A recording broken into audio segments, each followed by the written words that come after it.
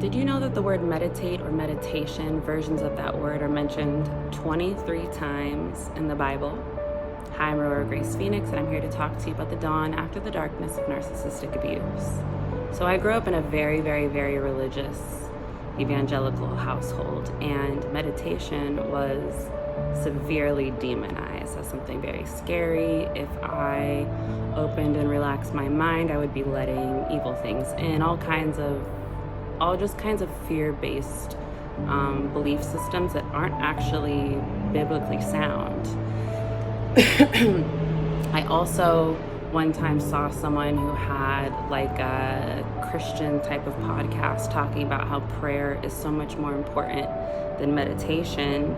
And when I reflected on this, I realized that that viewpoint is actually based on patriarchy and the overlooking of, diminishing of the feminine. When you think about it, the masculine is taking action, and the feminine is being able to be receptive and reflective. That's a very, very pared down understanding of what those two principles are. But prayer, in my opinion, is a masculine action. And of course, colonization, patriarchy, the male gaze, all of these things that we know now to have affected our viewpoint of God, the Bible, and just truth in general, has taken prayer to be the most important thing. Because why? It's a masculine action. It's yapping. It's taking action, talking, telling God all the things that you want, that you need, asking for things. But meditation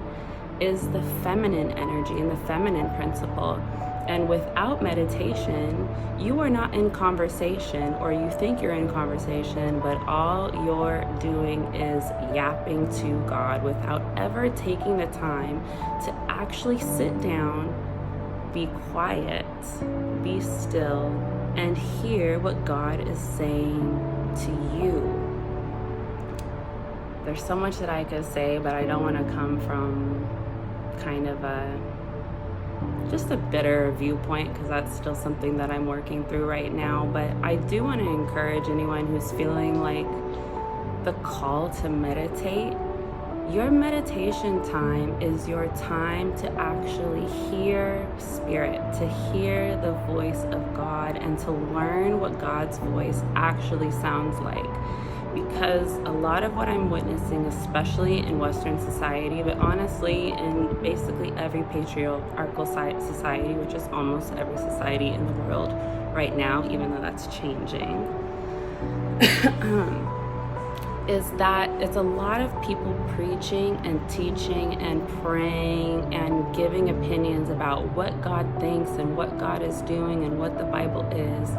But these are a lot of times people who don't actually know how to listen, don't know how to sit and be still, don't know how to just ground and be on the earth and be quiet and understand that there is something greater that they can be receptive to and reflective on. So if you want to learn the art of conversation with God, please don't consider prayer to be something more important than meditation, because in a sense you're saying that your words and your opinions and your requests and petitions are actually more important and more valuable and more valid than what God has to say to you.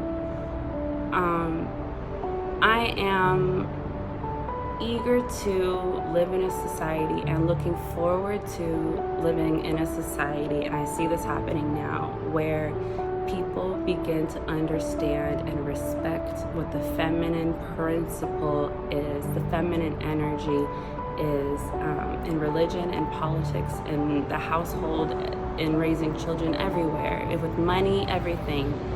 Because without the principle of the feminine, we are not actually learning and growing. Because in order to learn and grow, we have to be able to be receptive of something new, be receptive of God's voice, be receptive of someone teaching us something, be receptive that maybe our point of view isn't correct.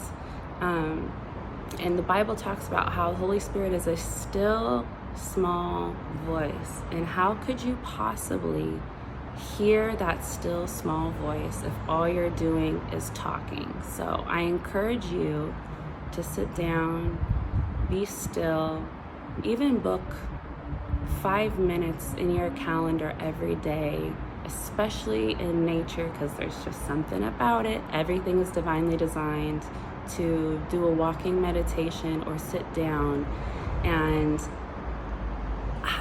I promise you, you're going to begin to feel things and hear things and gain a new insight of life and a new sense of peace beyond what it is that you've been taught to think or conditioned to feel about life, about God, about love, about yourself, all of that. So I'm about to go do my meditation now in the sunlight, get charged up, connect with the earth, and listen for spirit. And I hope that you feel encouraged to do the same.